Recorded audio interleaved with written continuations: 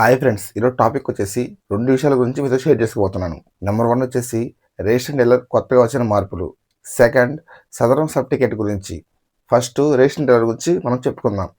ఆంధ్రప్రదేశ్ రాష్ట్ర ప్రభుత్వం అధికారంలోకి వచ్చిన తర్వాత రేషన్ సరుకులు డిస్ట్రిబ్యూషన్ అనేది ఇప్పటిదాకా ఏదైతే వాహనాల ద్వారా జరిగిందో వాటిని ఆపేసి ఇంక మీదట అంటే జూన్ 1వ తేదీ నుంచి రేషన్ దుకాణాలలో గతంలో ఏ విధంగా రైస్ డిస్ట్రిబ్యూషన్ ఉండిందో అదే విధంగా రేషన్ దుకాణానికి వెళ్ళి రైస్ తెచ్చుకోవాలంటున్నారు.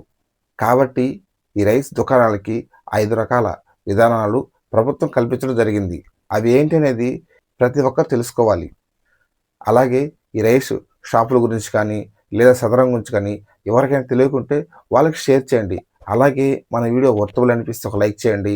మన ఛానల్ సబ్స్క్రైబ్ చేసుకోండి.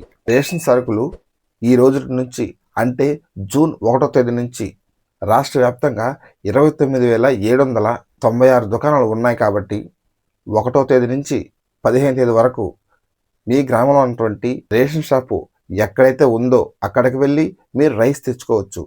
ఇక రేషన్ షాపు టైమింగ్ వచ్చేసి ఉదయం 8 గంటల నుంచి మధ్యాహ్నం 12 గంటల వరకు, అలాగే సాయంత్రం 4 గంటల నుంచి రాత్రి 8 గంటల వరకు ఈ రేషన్ షాప్ అనేది ఓపెన్ చేసి ఉంటుంది.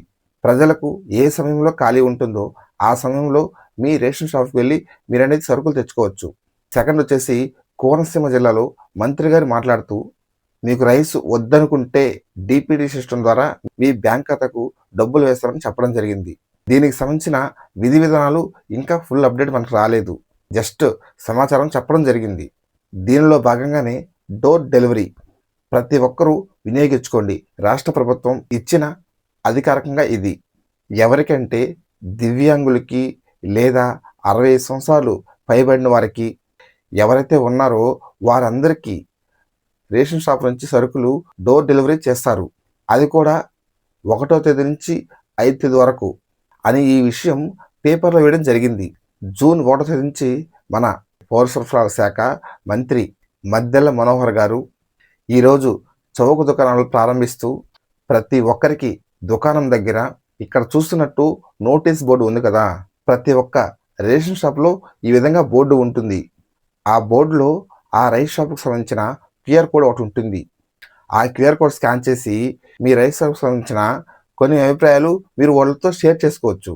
అలాగే ఆ షాప్ యొక్క వివరాలు, అలాగే ఆ షాపు యజమాని పేరు, అలాగే ఫోటో, ఫోన్ నెంబర్, ఆ జిల్లాకు సంబంధించిన పౌర సరఫరాల అధికారి ఎవరైతే ఉన్నారో వారి ఫోన్ నెంబర్ అవన్నీ అక్కడ అందుబాటులో ఉంటాయి. అలాగే ఆ రేషన్ షాప్లో సరుకుల ధరల పట్టి కానీ అక్కడ డిస్ప్లే చేయడం జరుగుతుంది. మీరు ఏ ఊరు వ్యక్తులైనా సరే ఆంధ్రప్రదేశ్లో నివసిస్తున్న ప్రతి ఒక్కరూ ఏ విలేజ్లో అయినా అక్కడున్న రేషన్ దుకాణాలలో సరుకులు అనేది తీసుకోవచ్చు. అంటే ఎగ్జాంపుల్కి వేరే ఊరు వ్యక్తులు ఇంకొక ఊర్లో తీసుకున్నారనుకోండి, అలా తీసుకోవచ్చు. మీరు వేరే పరిధి కిందకు వస్తారు, ఇక్కడ రైస్ కార్డ్ వర్క్ కాదు అనేదానికి లేదు. ఏ ఊరు వ్యక్తులైనా ఎక్కడైనా రైస్ కార్డు ఉంటే చాలు సరుకులు అనేది రేషన్ షాప్లో తీసుకోవచ్చు. ఇది ఫ్రెండ్స్ రేషన్ షాప్ సంబంధించిన న్యూ అప్డేట్. ఈ వీడియో నేను చేసి దగ్గర 5 డేస్ అలా అయింది, కానీ అప్లోడ్ చేయడానికి కొంచెం టైం పట్టింది. కానీ ఈ విషయం ఈ ఊరికి ఒకరు ఉపయోగపడుతుంది కాబట్టి ఈ విషయం నేను షేర్ చేస్తున్నాను. ఇంకా సెకండ్ వచ్చేసి సదరం గడిచిన 5 నెలలుగా పింఛన్ వెరిఫికేషన్ చేస్తున్నారు. నకిలీ దివ్యాంగుల ప్రక్రియలో నిజాయితీగా ఉన్న అసలు అందరి వెరిఫికేషన్ జరుగుతుంది. దివ్యాంగుల నకిలీ పత్రాలు ఎవరైతే అప్లై చేసుకోన్నారో వారందరికీ గతంలో జనవరి నుంచి ఈ ప్రాసెస్ స్టార్ట్ చేశారు. గత 3 నెలల నుంచి సదరం స్లాట్లు అనేటివి ఆఫ్ చేయడం జరిగింది. ఈ పింఛన్ వెరిఫికేషన్ భాగంలో సదరం స్లాట్ హాస్పిటల్ అనేది తగ్గించడం జరిగింది. అలాగే సదరం క్యాంపు కూడా వారంలో ఒకరోజు మాత్రమే సదరం క్యాంపులు నిర్వహిస్తున్నారు. దివ్యాంగులు కొత్తగా స్లాట్ బుక్ చేసుకోవాలంటే చాలా టైం పడుతుంది. ఎందుకు గతంలో కానీ చూసుకుంటే వారానికి 10,000 మందికి టెస్టులు చేసేవారు. ప్రస్తుతం ఇప్పుడు చూసుకుంటే వారంలో 3,000 మందికి మాత్రమే టెస్టులు నిర్వహిస్తున్నారు. 7.8 లక్షల మందికి సదరం రీవెరిఫికేషన్ చేస్తున్నారు. అంటే 6,000 పెన్షన్ వాళ్ళు కావచ్చు, లేదా 15,000 పెన్షన్ వాళ్ళు కావచ్చు, వీళ్ళందరికీ రీవెరిఫికేషన్ చేస్తున్నారు. దీనిలో భాగంగానే ఏ పెన్షన్ పొందుతున్న నకిలీ దివ్యాంగులు గుర్తించేందుకు గత డిసెంబర్ నుంచి రాష్ట్ర వ్యాప్తంగా పరీక్షలు జరుగుతున్నాయి. 6,000 పెన్షన్ పొందుతున్నవారు, అలాగే 15,000 పెన్షన్ పొందుతున్నవారు 7.8 లక్షల మంది ఉన్నారు. వీరందరికీ మళ్ళీ రిజిస్ట్రేషన్ జరుగుతుంది. కొన్ని జిల్లాల్లో అయితే సదరం ఫ్లాట్లు బుక్ చేసుకొని చాలామంది ఉన్నారు. వారందరికీ ఈ సదరం ఫ్లాట్లు ప్రభుత్వం జనవరి నుంచి ఈ ఫ్లాట్లు నిలిపివేస్తూ ప్రకటన జారీ చేసింది. ఏప్రిల్ నుంచి 2-3 నియోజకవర్గాలు కలిసి ఒకే ఆసుపత్రిలోనే ప్రతి మంగళవారం వైద్య చికిత్సలు అలాగే టెస్టులు నిర్వహిస్తున్నారు.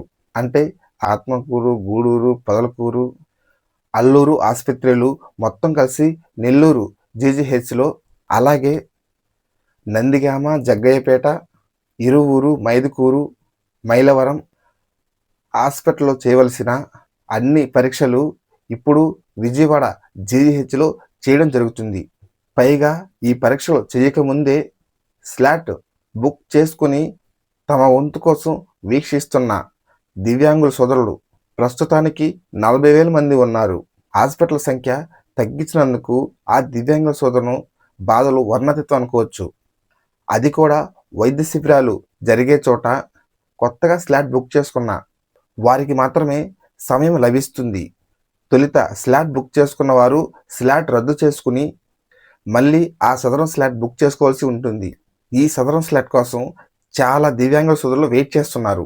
ఈ పెన్షన్ వెరిఫికేషన్ అంటే నిజంగా దివ్యాంగుల సోదరులు ఉన్నారు, కొంతమంది లేరు, అర్హులెవరు, అనర్హులెవరు అని గుర్తించి అని వైద్యులు కొత్త వారికి గతంలో కన్నా హాస్పిటల్ తగ్గించడం చాలా దివ్యాంగుల సోదరులకు కష్టతరమైంది. పరిస్థితులు అనుకూలిస్తే హాస్పిటల్ సంఖ్య పెంచాలని, అలాగే డాక్టర్ల సంఖ్య పెంచాలని అధికారులు చెప్పడం జరిగింది. ప్రస్తుతం సదరం స్లాట్ బుక్ చేసుకున్న 40,000 మందికి సదరం దివ్యాంగుల సోదరులు చాలా వెయిట్ చేస్తున్నారు. ప్రభుత్వం ఇంకపైన హాస్పిటల్ సంఖ్య, వైద్యుల సంఖ్య మార్చి నిజాయితీగా ఉన్న దివ్యాంగుల సోదరులకు సదరం సర్టిఫికెట్లు వారికి అందించాలని, అయితే వారికి సంబంధించిన పెన్షన్ దరఖాస్తు చేసుకుని పెన్షన్ పొందే సహాయాన్ని పొందాలనుకుంటున్నారు. కాబట్టి ప్రభుత్వం ఇంకనైనా ఈ విషయం దృష్టిలో పెట్టుకోవాలని, దివ్యాంగుల పట్ల సానుకూల వైఖరి ఆలోచించండి అని దివ్యాంగుల సోదరులు తెలియచేశారు. ఇంకా ఫుల్ ఇన్ఫర్మేషన్ కావాలంటే నేను డిస్ప్లే మీద ఫోటో వేస్తా చూడండి. ఈ విషయం పేపర్లో రావడం జరిగింది, మీరు చూడవచ్చు కూడా. సో ఫ్రెండ్స్, ప్రభుత్వం అధికారంగా తెచ్చిన నిర్ణయాలు అన్నీ కూడా మన వంతుగా ప్రజలకు అర్థమయ్యేలా నా ప్రయత్నం చేస్తుంటాను. కాబట్టి ఇలాంటి ఇన్ఫర్మేషన్ మీకు నచ్చితే ఖచ్చితంగా నా వీడియోకి లైక్ చేయండి, అలాగే నా ఛానల్ సబ్స్క్రైబ్ చేసుకోండి. ఇలాంటి మంచి మంచి టెక్ న్యూస్ యూజ్ అవుతుంది కాబట్టి 10 మందికైనా షేర్ చేయండి. మీ అందరిలో మీ వాసు. Thank you all. జై హింద్.